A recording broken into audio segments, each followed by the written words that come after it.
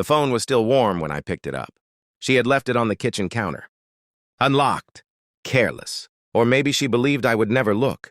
Her voice drifted softly from the bathroom, humming a tune she only sang when she felt safe. When she believed the world belonged to her, the screen blinked. A message. One line. Did you convince him about the house yet? My chest tightened. I stared at the name above it. Daniel, her ex-lover, a man she once swore meant nothing, a ghost from her past. But ghosts don't send messages like that. Another notification appeared. Once you marry him, the house will legally connect to you. Then we sell it. My mother's house. The place where she still lived, where every wall held memories of my father's quiet laughter. My fingers felt strangely calm. Cold. I didn't feel anger yet, only a quiet shifting inside my chest, like a lock slowly turning. From the bathroom, she called out softly, "Babe, did you see my phone?" I placed it exactly where it had been. "Yeah," I said. A pause. Then the shower turned on. Steam filled the hallway. And inside my mind, something very quiet began planning. We had been engaged for 6 months. Everyone said she was perfect, beautiful, charming, warm, the kind of woman who smiled like she had never hurt anyone in her life. My mother adored her. That part hurt the most. She trusted her. Invited her into the house that my father built with his own hands. Sometimes I watched them laugh together in the living room and wondered how deception could look so gentle. That night after the message, I didn't confront her. I studied her instead. The way she avoided eye contact when she texted, the way she angled her phone slightly away from me. Tiny things, almost invisible. But once suspicion enters your mind, you begin to see everything. 3 days later, I heard the whisper. She thought I was asleep. Her voice floated from the balcony. Soft, low, intimate. "I told you, once we're married, it becomes easier," she murmured. A man's voice crackled through the speaker. "Daniel, I knew you could handle him," he said. My name followed.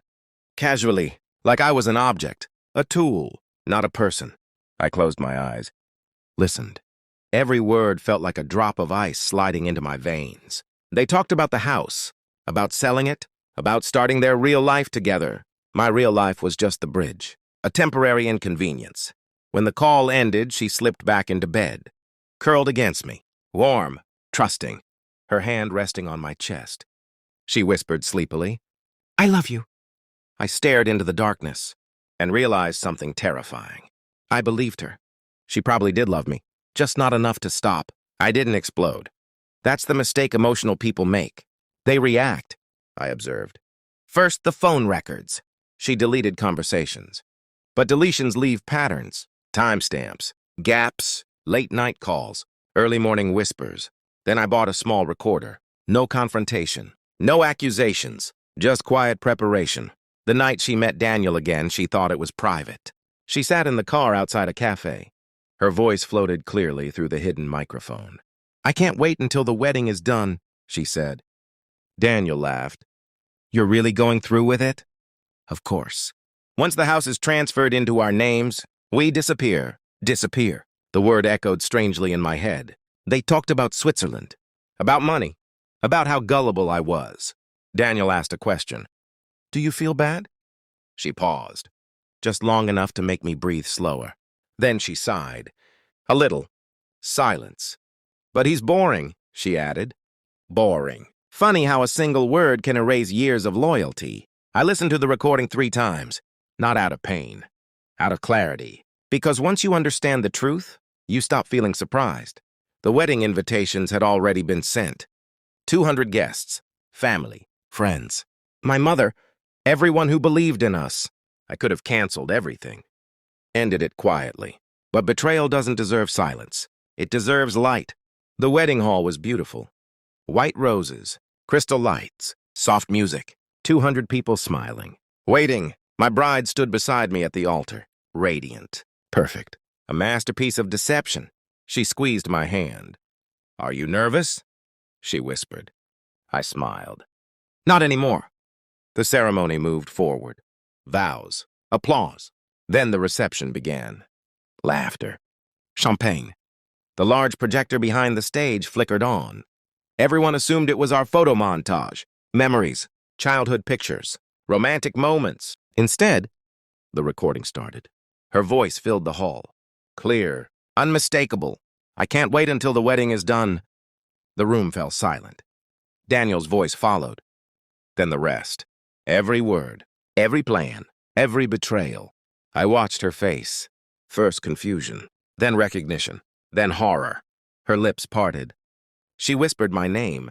Stop, please. But the recording continued. 200 people listening, 200 witnesses to truth. When it finally ended, the silence was absolute. She turned toward me slowly, her mascara already beginning to smear. This isn't what it sounds like. The oldest lie in history. I spoke quietly, so only she could hear. I know exactly what it sounds like. Her breathing grew shallow. You set me up. No, I said calmly. You exposed yourself. Across the room, my mother sat frozen, shock written across her face.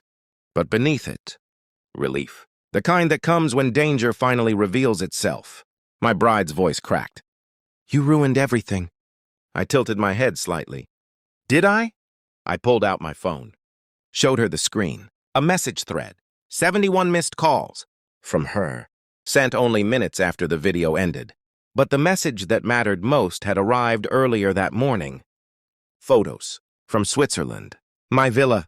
The one I never told her about. The one I bought years before we met. Hidden.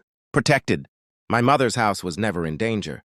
It had been transferred months ago. Into a trust. Untouchable. She stared at the photos, her expression collapsing. You lied to me. I nodded.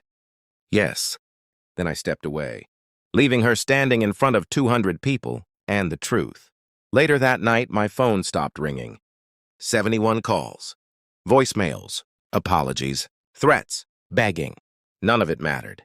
I sat alone on the balcony of my villa in Switzerland. Snow drifting quietly across the mountains. Cold. Clean. Peaceful. People think revenge requires anger. It doesn't. It requires patience.